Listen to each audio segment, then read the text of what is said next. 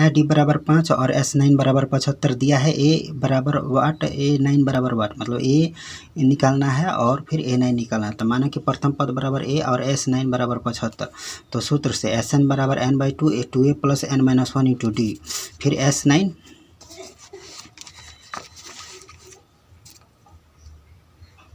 फिर S 9 is equal to 9/2 2a plus 9 minus 1 into 5 is equal to 75। अब यहाँ 9/2 into 2a plus 9 में से 1 घटाएं तो 8 और डी का मान आया है 5, तो 5 लिखें इज इक्वल टू 75। फिर 9/2 इंटू 2a प्लस इन दोनों को गुना कर देंगे तो 40, फिर ये 75।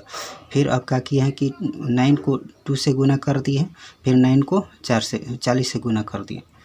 तो 9 इंटू 2a 18a, फिर 9 इंटू 40 यानी 360, और फिर 2 को गुना कर दिए हैं 75 से, नीचे वालों को गुना कर दिए हैं 75 से, यहाँ आएगा इज इक्वल टू 150। फिर 18a plus 18a is equal to 150 minus 360। फिर is equal to 18a is equal to 150 में से 360 घटाएंगे तो नहीं घटा तो उल्टा घटा देंगे तो आ जाएगा माइनस 210। फिर ए बराबर 200 माइनस 210/18। अब इसको काट दिए हैं 3 के पहाड़ा से, तो ये माइनस 70/6। फिर ये 2 से काट दिए हैं तो 70 के आधा 35 और 6 के आधा 3, यह माइनस 35/3, यानी ए बराबर आया माइनस 35/3। ए 9 निकालना है तो a 9 is equal to a plus 8d।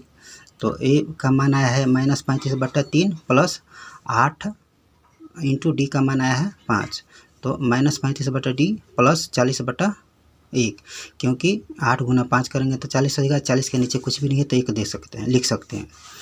फिर माइनस 35, अब इसको एल्शियम भिन्न का जोड़ हो गया तो 3 और 1 का एल्शियम निकालेंगे तो 3, माइनस 35 इंटू 1 प्लस फिर 40 ऊपर वाला लिखें, 40 इंटू 3 के पहाड़ा में 1 के पहाड़ा में 3 बार में आएगा तो इंटू 3 से, तो यहाँ पर हो जाएगा माइनस 35 प्लस 120, इसको गुना कर देंगे तो बटा 3, यानी 120 में से 35 घटा देंगे तो 85/3, यही मेरा आंसर हो जाएगा।